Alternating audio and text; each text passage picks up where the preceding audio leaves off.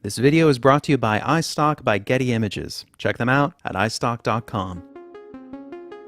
On January 9th, 2007, Steve Jobs took to the stage knowing he was about to reshape the technological landscape. Every once in a while, a revolutionary product comes along that changes everything.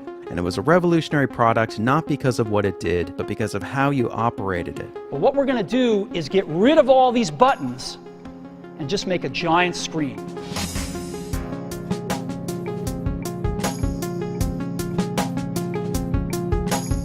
The original iPhone was a hybrid handheld device, much like the other, rather homely gadgets of the era. So the iPhone's features didn't set it apart. What set it apart was its input technology, multi-touch. And despite Steve Jobs' sweeping claim, We have invented a new technology called multi-touch. this was actually a technology that had been developing for decades. However, Apple's implementation was unprecedented.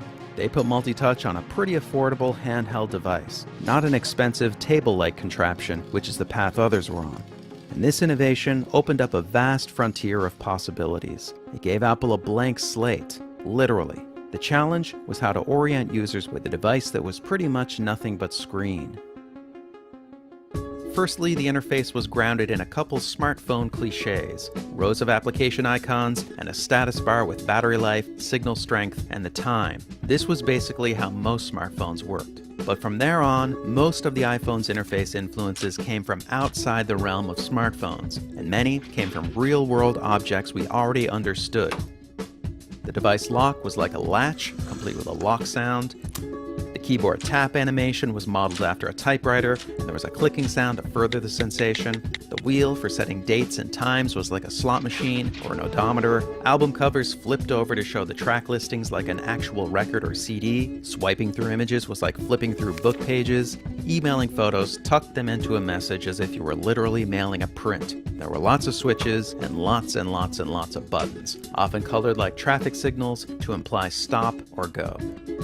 And with its visual style, the iPhone labored to give the illusion of depth. There was lots of beveling, embossing, shadows, and gloss effects that simulated the qualities of three-dimensional objects. New technologies often map their appearance and their features to technologies we already understand. This is called skeuomorphism. So early cars looked like horse carriages, early plastic products sometimes looked like wood, and the first commercial computer to feature a graphical user interface, the Xerox Star, based its interface on the Office desktop. But the focus on real-world objects in iOS became increasingly literal. Game Center looked like a green felt game table, iBooks looked like a bookshelf, and the calendar app looked like Take a Wild Guess. And then there was the podcast app, which looked like a reel-to-reel tape deck, so you could get that 1970s surveillance feeling. Now by 2010, the iPhone's influence had utterly transformed the smartphone landscape. Multi-touch devices were so widely adopted and understood that referencing physical objects in the interface started to seem old-fashioned. It was Microsoft that began stripping these cues out with Windows Phone, and Android soon followed suit.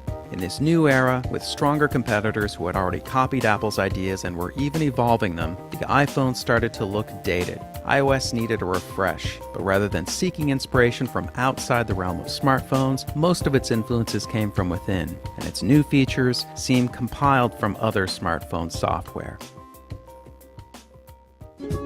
Most immediately apparent is the 3D wallpaper feature called Parallax. This effect was demoed as early as 2009, then it was available as a jailbreak app called Deepend.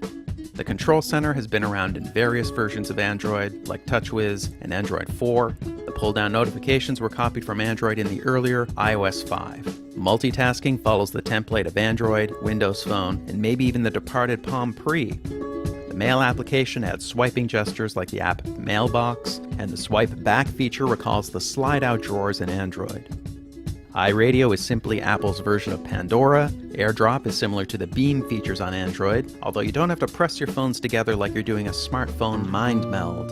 And the visual style of iOS 7 is the same approach as Windows Phone and Android. 3D embellishments are scaled back in favor of a simplified, flatter, and more iconic look. The original iOS and iOS 7 illustrate two different kinds of copying in two very different creative landscapes. The original iPhone was developed in an era before multi-touch was mainstream, and one of the techniques Apple employed to make this new device familiar was mimicking physical objects. iOS 7 arrives in a world dominated by multi-touch, where these devices are so familiar we've begun removing these physical references. Surprising and delighting users in this era must be a lot harder than in 2007, but drawing influences from more surprising and delightful sources would likely help. Then again, perhaps it's not fair to expect surprise and delight from smartphones anymore. Perhaps for that we need a new frontier, we need a new blank slate.